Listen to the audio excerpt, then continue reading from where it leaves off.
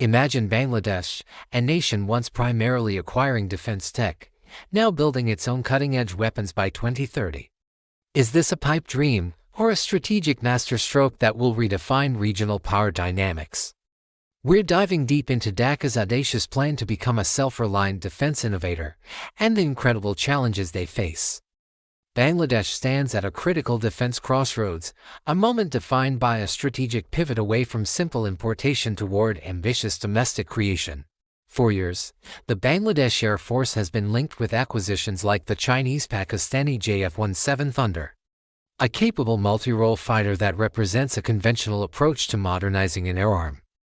However, the anticipated acquisition of these jets in 2026 is no longer the final chapter in Bangladesh's defense story. Instead, it is the prologue to a far more ambitious narrative. The strategic imperative for this shift is clear and urgent. Relying on off-the-shelf foreign hardware creates dependencies that can be exploited in a geopolitical crisis.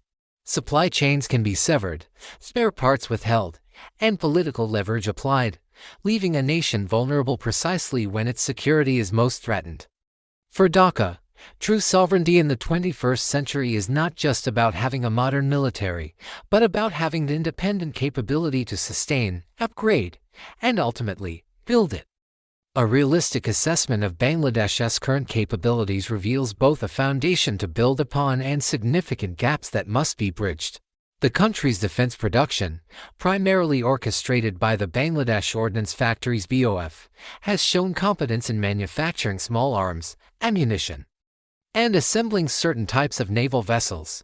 These are not insignificant achievements, but they represent an industrial capacity rooted in the 20th century, the demands of modern warfare, cyber capabilities, and manned aerial systems, precision-guided munitions, and advanced sensor technologies require a fundamental paradigm shift. The current model, focused on licensed production and basic manufacturing, is insufficient for the challenges of tomorrow.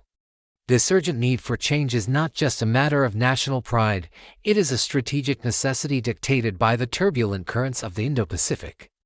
The regional security landscape is becoming increasingly complex and fraught with tension.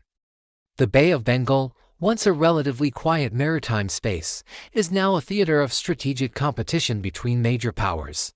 As China and India vie for influence, and smaller nations navigate their delicate balancing acts, the importance of a credible, self-reliant defense posture cannot be overstated. For Bangladesh, whose coastline is a vital economic artery and a strategic gateway, the ability to independently monitor and defend its maritime domain is non-negotiable. Relying solely on imported systems means entrusting its national security to the shifting priorities of foreign partners. Domestic defense innovation is therefore not a luxury, but a core component of Dhaka's strategy to safeguard its sovereignty and chart its own course in an increasingly contested world. This ambitious national endeavor is formally encapsulated within a comprehensive modernization plan known as Forces Goal 2030. This isn't merely a shopping list for foreign military hardware, it is a strategic blueprint for transforming the entire Bangladeshi defense apparatus into a technologically advanced, self-reliant force. The plan sets forth ambitious targets for indigenous research, development, and production, aiming to drastically reduce dependency on foreign suppliers. It signals a profound shift in mindset, from being a consumer of defense technology to becoming a creator of it. The ultimate vision is a robust defense industrial base capable of meeting the majority of the nation's security needs, fostering a new era of strategic autonomy for Dhaka. The pillars of this 2030 vision are built upon a targeted approach to innovation across several key sectors. The plan extends far beyond the traditional domains of warfare. While developing domestic capabilities in small arms, mortars, and light artillery remains a priority, the real focus is on the technologies that will define future conflicts. Significant emphasis is being placed on creating a domestic ecosystem for unmanned aerial vehicles (UAVs), from tactical reconnaissance drones to potentially armed variants.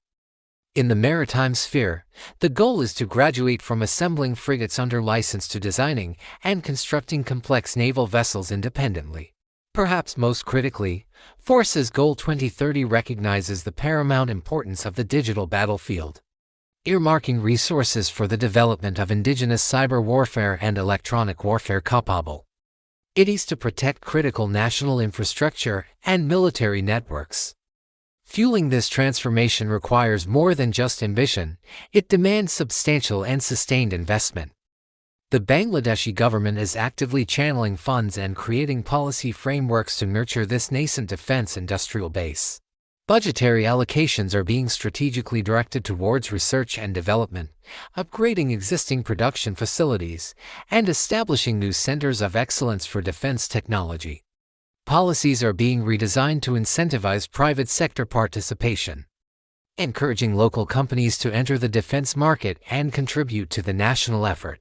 This comprehensive approach, combining state-led investment with private sector dynamism, is the engine intended to drive Bangladesh's quest for self-reliance, creating a synergistic ecosystem where government vision and industrial capacity work in tandem.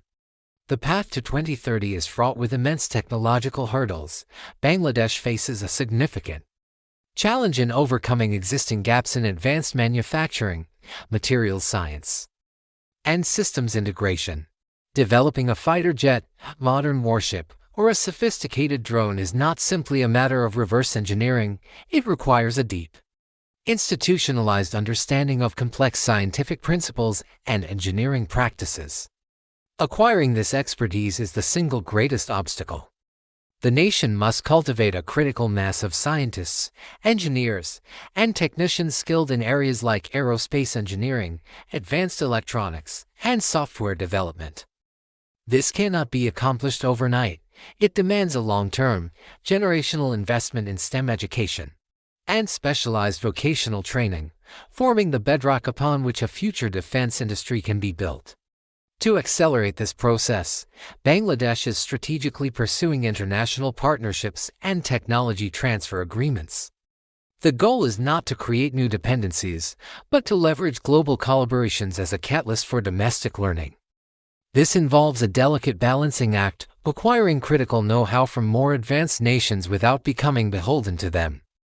These partnerships are envisioned as apprenticeships on a national scale, where joint ventures and licensed production deals are structured to ensure that Bangladeshi engineers and technicians are deeply involved in every stage, from design to production.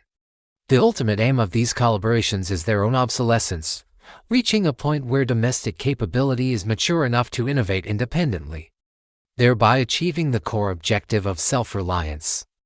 Success, however, will not be determined by government initiatives alone. A truly vibrant and innovative defense sector requires a collaborative triple helix model, weaving together government, industry, and academia. Universities and research institutions must become hotbeds of fundamental research, exploring the next generation of materials, algorithms, and technologies. The private industry, with its agility and market-driven efficiency, must be empowered to translate these academic breakthroughs into tangible products and solutions. The government's role is to act as a facilitator and a key customer, providing the strategic direction, funding, and regulatory framework that allows this ecosystem to flourish. Only through this symbiotic relationship can the cycle of innovation be sustained, nurturing a continuous flow of ideas from the laboratory to the battlefield. Should Bangladesh succeed, the geopolitical ripples will be felt across the entire Indo-Pacific. A nation of 180 million people, strategically located at the apex of the Bay of Bengal, transitioning from a defense importer to a defense innovator would fundamentally alter regional power dynamics. It would enhance Bangladesh's strategic weight, allowing Dhaka to engage with its larger neighbors, India and China, from a position of greater strength and autonomy. A self-reliant Bangladesh would be less susceptible to external pressures and more capable of acting as a stabilizing force in the region, pursuing its national interests without being drawn into great power rivalries.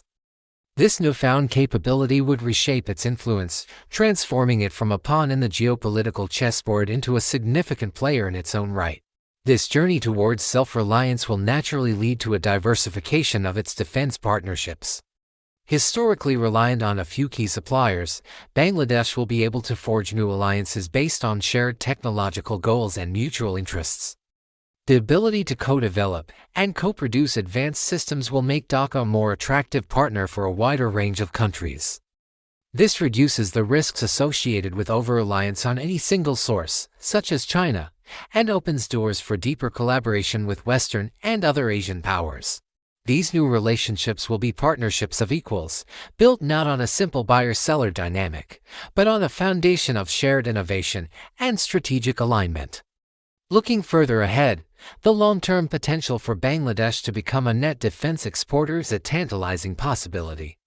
If Force's Goal 2030 is even partially successful, Bangladesh could develop cost-effective, reliable defense solutions tailored for the needs of other developing nations. By leveraging its lower labor costs and growing technical expertise, Dhaka could carve out a niche in the global arms market, particularly in sectors like naval patrol craft, UAVs, and ammunition. This would not only generate significant export revenue but would also grant Bangladesh a new vector of geopolitical influence, using defense sales as a tool of diplomacy.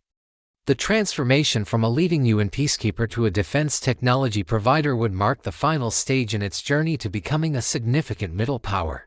As Bangladesh embarks on this ambitious journey, the world must watch closely.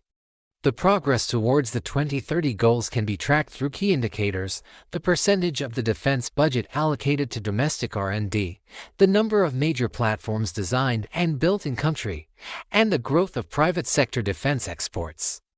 These metrics will provide a clear picture of whether the vision is translating into reality. However, the path is laden with potential pitfalls. Endemic corruption, bureaucratic inertia, and the risk of political instability could all derail this long-term project. Mitigating these risks requires robust oversight, a commitment to transparency, and a consistent, cross-party political will that transcends election cycles and maintains focus on the strategic objective.